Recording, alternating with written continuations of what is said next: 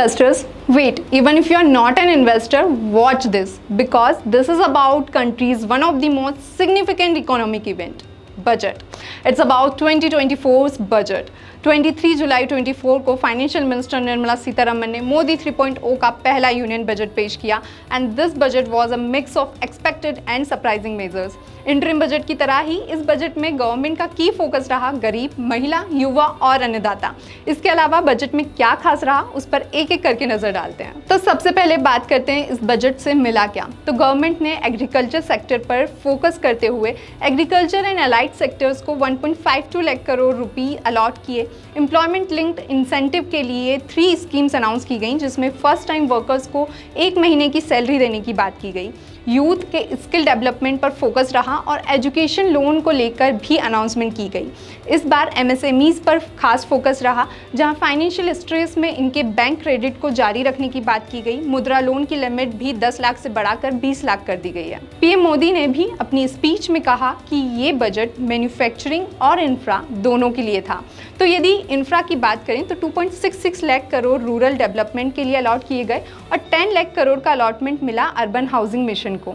इसके अलावा जैसा कि उम्मीद थी ये कोलिशन गवर्नमेंट में सेंट्रल गवर्नमेंट को अपने सपोर्टर्स का खास ध्यान रखना होगा और वही हमें यहाँ पर देखने को मिला जहाँ ईस्टर्न इंडिया में 260 बिलियन रुपीस का एक्सप्रेसवे अनाउंस किया गया। एक न्यू पावर प्लांट का अनाउंसमेंट हुआ। साथ ही हॉस्पिटल और एयरपोर्ट जैसी भी कई सौगातें बिहार को मिली। आंध्र प्रदेश के लिए भी 15,000 करोड़ का सपोर्ट अनाउंस किया गया। खैर, इसके अलावा दूसरी अनाउंसमेंट की बात करें तो एनटीपीसी और बीएचईएल एक ultra critical thermal power plant set करेंगे with government support. Space economy के लिए भी 1,000 करोड़ का वेंचर कैपिटल फंड अनाउंस किया गया है। अब बात करते हैं टैक्स की, क्योंकि यही इस बजट का मेजर हाईलाइट था जहां कई प्रोडक्ट्स पर कस्टम ड्यूटी या तो हटाई गई या कम की गई, जिसकी लिस्ट हालांकि लंबी है पर इसका असर हमें देखने को मिला। जैसे सोना चांदी पर ड्यूटी घटने के चलते टाइटन ने पॉजिटिवली रिएक्ट किया।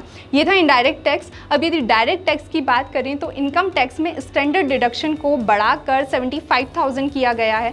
न्यू टैक्स रिजाइम में रिवाइज टैक्स स्ट्रक्चर अनाउंस किया गया। इसके अंडर जो बेनिफिट अनाउंस हुए हैं उससे 17,500 रुपये सेव होंगे। पर मार्केट का क्या, इन्वेस्टर्स का क्या, क्योंकि यहाँ गवर्नमेंट ने सर्टेन असेट्स पर short term capital gain tax बढ़ाकर 20% कर दिया है। एलटीसीजी यानी long term capital gain tax में 2.5% की बढ़ोतरी की गई है।